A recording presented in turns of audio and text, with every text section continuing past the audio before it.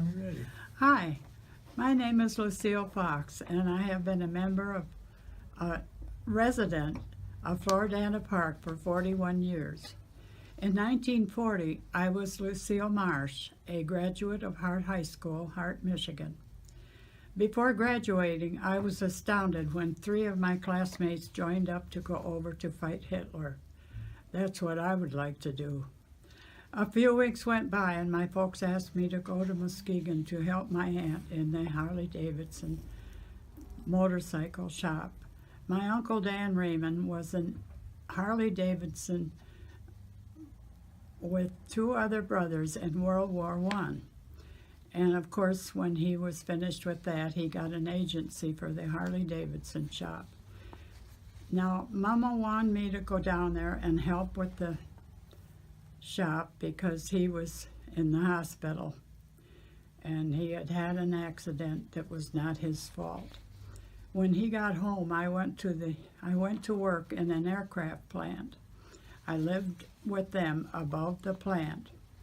I went to the recruiting office when I found out about the WAAC, the Women's Army Auxiliary Corps. I was given $100 by the plant owner for joining up. My basic training was at Daytona Beach, Florida in March of 1943. I was sent to Texas after that to keep records for cadets when I saw, after some months of that, a notice on the board how desperate teletype operators were needed overseas.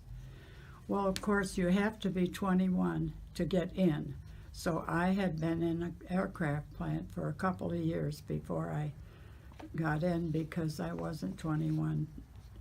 And after that, there was 6 weeks of administration at the basic training.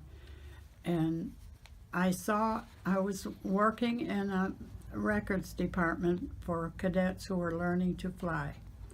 And I noticed an article on the board where teletype operators were desperately needed overseas.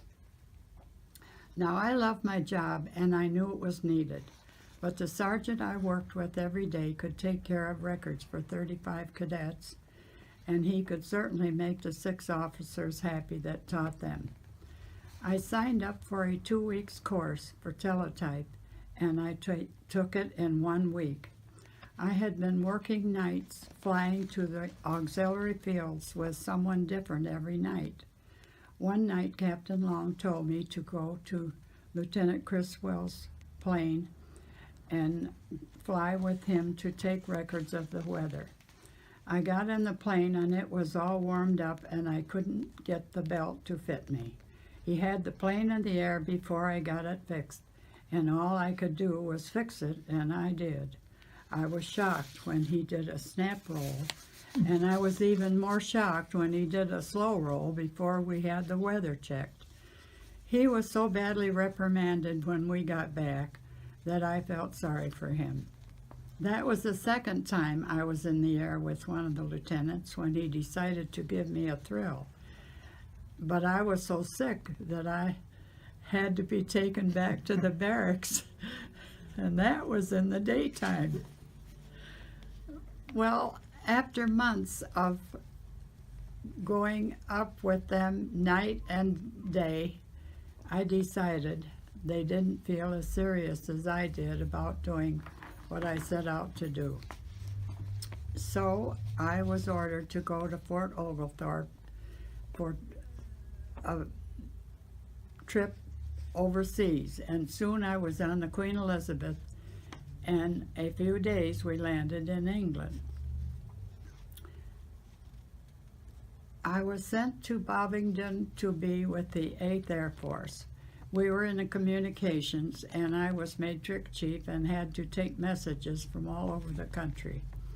The other girls operated their machines, sending out messages, and they took the message that President FDR had died.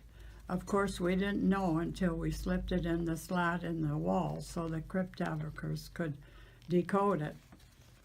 Things began to change rapidly after that, and soon we had been in the area for so many months, I was glad to be leaving that Nissan hut with the 7 other girls.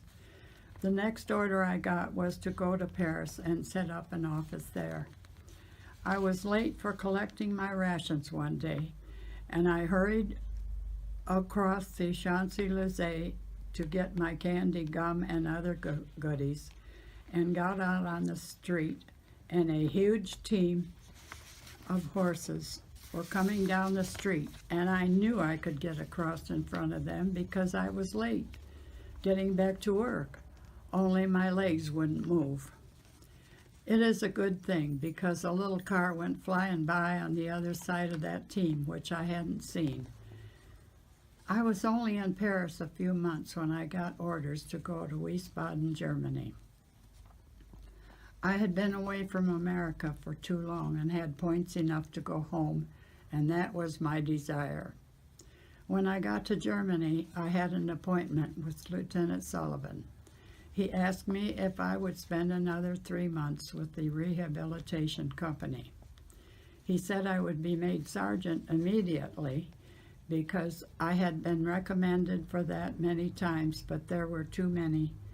And I said I wasn't interested in a promotion, and the war was over, and that was all I ever wanted to happen.